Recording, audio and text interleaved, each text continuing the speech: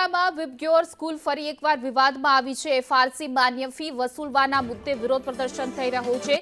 એબીવીપીએ સૂત્રોચ્ચાર સાથે વિરોધ પ્રદર્શન કર્યું છે। વિરોધ પ્રદર્શન કરતા પોલીસ સાથે ઘર્ષણ પણ સર્જાયું હતું। 2 થી 3 લોકોના કપડા ફાટી નાખ્યાનો આક્ષેપ કરવામાં આવી રહ્યો છે। સ્મિત પ્રજાપતિ બેભાન થતા હોસ્પિટલ ખસેડવામાં આવ્યો છે। ન્યાય ન મળે ત્યાં સુધી આંદોલન ચાલુ રાખવાનો હુંકાર છે તે કરવામાં આવ્યો છે, કારણ કે એબીવીપીના કાર્યકર્તાઓ દ્વારા જે રીતે સ્કૂલમાં ફી વસૂલવામાં આવી રહી છે તેને લઈને વિરોધ કરવામાં આવી રહ્યો છે અને જેને લઈ ઘર્ષણ પણ સર્જાયું હતું।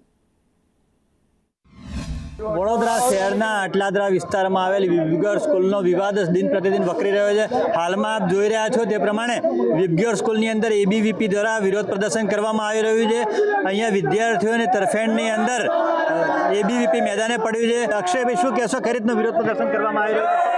છેલ્લા 7 દિવસથી ઉપરના દિવસોથી વિદ્યાર્થીઓ અને પેરેન્ટ્સ અને એબીવીપી દ્વારા ઘણા સમયથી અમે લોકો આના માટે શાંતિપૂર્ણ મળવાનો પ્રયત્ન કરતા રહ્યા છીએ, પરંતુ સ્કૂલનો કોઈ પણ માણસ અમને મળતો નથી। કેમ કે અમારી જોડે ઓથેન્ટિક પ્રૂફ સાથે અમે ફરીએ છીએ, અમારી જોડે રેકોર્ડિંગ બી છે।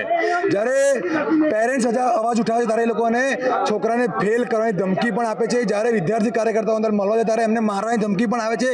તો અમારી એટલી જ માંગ છે કે જે તમે 4 કરોડથી વધારાની ફી આપવાની બાકી નીકળે છે, ફી વિદ્યાર્થી વાલીઓને પાછી આપી દો। અને જે તમે એના કારણે હેરાન કરી રહ્યા છો, એલસી ઉપર એ લોકો સહી સિક્કો પણ કરતા નથી, તો એના કારણે અમારી માંગ છે કે કોઈ પ્રશાસનિક વ્યક્તિ અમને મળે।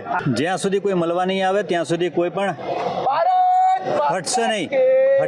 એ નિયમ ઉપર આવ્યા છે અને હાલમાં આંદોલન ચાલુ છે અને ચાલુ જ રહેશે રણસિંગુ ફૂંક્યું છે। જ્યાં સુધી વાલીઓને ન્યાય નહીં મળે ત્યાં સુધી આંદોલન ચાલુ રાખવાની વાત કરી રહ્યા ત્યારે જોવું રહ્યું। અત્યારે હાલમાં ડીઈઓ કચેરી તરફથી એજ્યુકેશન ઇન્સ્પેક્ટર પણ અહીંયા હાજર છે। એજ્યુકેશન ઇન્સ્પેક્ટર કઈ રીતનું મધ્યસ્થી કરે છે અને કઈ રીતનું નિરાકરણ લાવે છે તે જ જોવું રહ્યું। હિરેન